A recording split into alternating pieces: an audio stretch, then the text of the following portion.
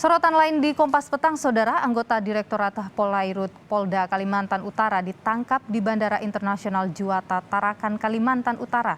Pelaku ditangkap bersama 5 rekannya terkait kasus tambang emas ilegal.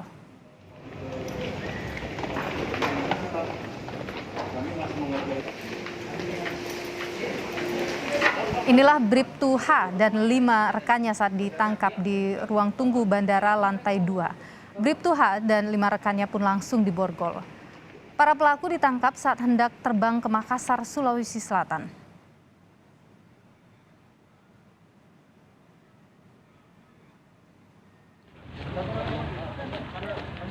Seusai ditangkap di Bandara Juwata Tarakan, Bribtu H dan 5 orang lainnya dibawa menuju ke rumah Bribtu H di Tarakan untuk penggeledahan rumah pelaku. Dalam penggeledahan ini polisi menyita barang bukti diantaranya sejumlah dokumen serta 2 unit mobil mewah serta rumah mewah yang diduga terkait pencucian uang. Saudara, lebih lengkap soal penangkapan polisi Bribtu Hasbudi karena dugaan kasus kepemilikan tambang emas ilegal di Tarakan, Kalimantan Utara. Kita tanyakan langsung pada Direktur Kriminal Khusus Polda Kaltara AKBP Hendy Kurniawan. Pak Hendy, selamat petang. Selamat petang, Mbak. Pak Hendy, saya ingin konfirmasi dulu ke Anda. Bribtu H sudah ditetapkan sebagai tersangka? Sudah kami tetapkan tersangka per tanggal 1 Mei dan tanggal 4 April kemarin kita lakukan penangkapan dan langsung kita lakukan penahanan pada tanggal 5 Mei kemarin. Kasus yang menjerat Bribtu Hasbudi ini apa saja, Pak, selain tambang emas ilegal? Baik, awalnya pada saat setelah kami resmi serah terima jabatan tanggal 21 April 2022, kami diatensi oleh Bapak Kapolda Kaltara terkait dengan adanya perhatian dari anggota Komisi 3 DPR RI terkait tambang emas ilegal di Kecamatan Sekata. Kemudian Pak Kapolda Kaltara memerintahkan kami untuk membentuk tim khusus bekerja secara silent operation untuk membongkar praktek tambang emas ilegal tersebut. Kemudian tanggal 30 April hari Sabtu, tim yang gabungan dari dari Krimsus, Polda Kaltara, Polres Bulungan dan Polres Tarakan melakukan penindakan atau mengamankan 5 orang, 3 unit eskavator, kemudian 5 kaleng sianida, kemudian 4 tabung karbon yang untuk perendaman emas hasil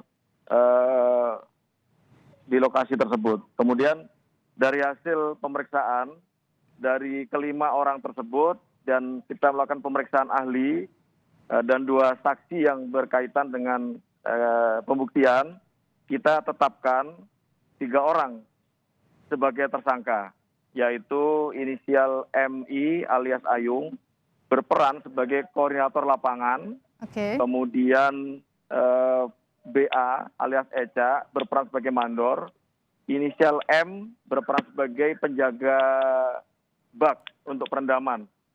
2 orang lainnya kita tetapkan hanya sebagai saksi dan kita lepas.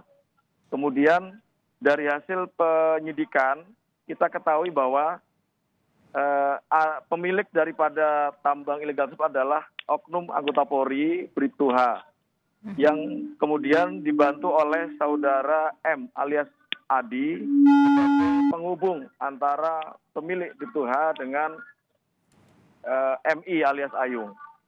Terhadap kedua orang tersebut kita lakukan penyelidikan dan penyidikan dan kita ketahui ada upaya untuk menghilangkan barang bukti, mengaburkan saksi dan sebagainya, sehingga kita lakukan penangkapan pada tanggal 4 Mei kemarin di Bandara Juwata Tarakan. Hal tersebut untuk mencegah adanya barang bukti yang dihilangkan oleh HSB. Oke. Demikian, Mbak. Pak Hendy, jadi menjadi tersangka hanya dalam kasus tambang ilegal atau ada kasus lain juga? Jadi yang sudah kita tetapkan sebagai tersangka sementara ini adalah tambang ilegal di Kecamatan Sekata. Oke, tapi ada kemungkinan kasus lain? Ya, dari hasil penggeledahan, jadi pasca kita lakukan penangkapan, kita langsung melakukan penggeledahan di rumah yang bersangkutan dan kita temukan beberapa dokumen manifest kontainer peti kemas di Pelabuhan Malundung. Nah, kami berkoordinasi dengan dari Bea Cukai, setelah dilakukan penyelidikan oleh Bea Cukai, ditemukan 17 kontainer milik HSB yang tidak sesuai antara isi dengan manifest. Isinya? Kemudian manifestnya isinya rumput laut, kemudian di dalam kontainer isinya adalah balpres baju bekas, Oke, ilegal. ilegal. Baik. Kemudian ada juga mengamankan mobil mewah ya, Pak? Ya, jadi selain dokumen manifest baju-baju bekas yang akan diberangkatkan menuju Makassar Surabaya, kami juga menemukan dokumen-dokumen yang kami analisa sementara adalah upaya untuk pencucian uang atau TPPU, yaitu berupa catatan-catatan hasil daripada bisnis ilegal, kemudian aliran dana ke beberapa pihak, dan kemudian beberapa transaksi yang kami curigai untuk menyamarkan hasil kejahatan. Sehingga dari hasil penyidikan penggeledahan tersebut, kita lakukan penyelidikan untuk dugaan tindak pidana Undang-Undang Perdagangan terkait baju bekas tersebut dan tindak pidana pencucian uang.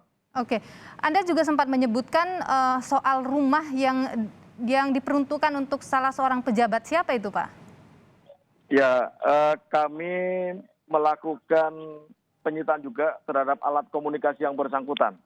Bahwa kemudian dalam alat komunikasi tersebut banyak beberapa alat bukti petunjuk yang menguatkan adanya aliran-aliran dana maupun pemberian kepada para pihak termasuk rumah yang sedang dalam pembangunan. Nah, terkait dengan pejabat tersebut, karena ini masih sifatnya misalkan dalam situ kita temukan kode-kode dan komunikasi tersebut dengan anak buahnya saat ini belum ditemukan, artinya masih kita perlukan pengembangan siapa pejabat yang dimaksud oleh HSB tersebut. Baik, ada yang masih dalam pengejaran. Ini perannya apa, Pak? Ya, yang masih pengejaran perannya adalah penghubung atau koordinator antara HSB sebagai pemilik dengan Ayung selaku koordinator lapangan. Baik, jadi ada aliran dana, apakah itu hanya ke satu pejabat saja hasil penyelidikan sementara ataukah ada lebih dari itu, Pak?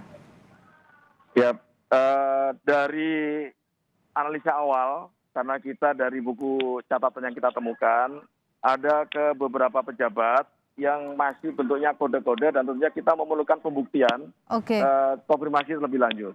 Kode-kode seperti apa sih, Pak, yang dibuat gitu, yang Anda amankan, sita? Dalam bentuk inisial maupun angka, tentunya yang itu masih perlu pembuktian. Kemudian kita temukan juga beberapa rekening, baik itu nama pribadi maupun nama orang lain dalam pola komunikasi yang kami analisa berpotensi untuk kita jerat pasal TPPU.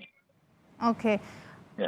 Kalau dari analisa sementara dari pihak Anda, ada berapa besar ini, Pak, aliran dananya? Kami masih belum bisa menyimpulkan karena ada beberapa rekening yang tentunya belum bisa kita ketahui jumlahnya. Nah, kami kemarin sudah berkoordinasi dengan Deputi Penindakan KPK Irjen Pol Karyoto terkait dengan permohonan bantuan penelusuran aset tracing dan analisa transaksi. Karena kalau kami di kepolisian tidak memiliki tim khusus aset tracing, sedangkan di KPK itu memiliki tim khusus yang memang memiliki networking untuk mempermudah dalam hal aset tracing dan analisa transaksi. Baik, kalau melihat aliran-aliran dana, kemudian ada inisial-inisial, itu artinya kemungkinan masih akan bertambah tersangka dalam kasus ini? Ya, jadi kami pada awal dibentuk tim khusus ini oleh Bapak Kapolda Kaltara, beliau memerintahkan kami untuk tidak segan menindak siapapun oknum anggota Polri yang ikut terafiliasi maupun yang membantu HSB dalam melakukan bisnis ilegal tersebut. Tapi dipastikan polisinya hanya satu saja Pak, Bribtu H ini saja? Saat ini masih kita tetapkan tersangka satu orang oknum anggota Polri.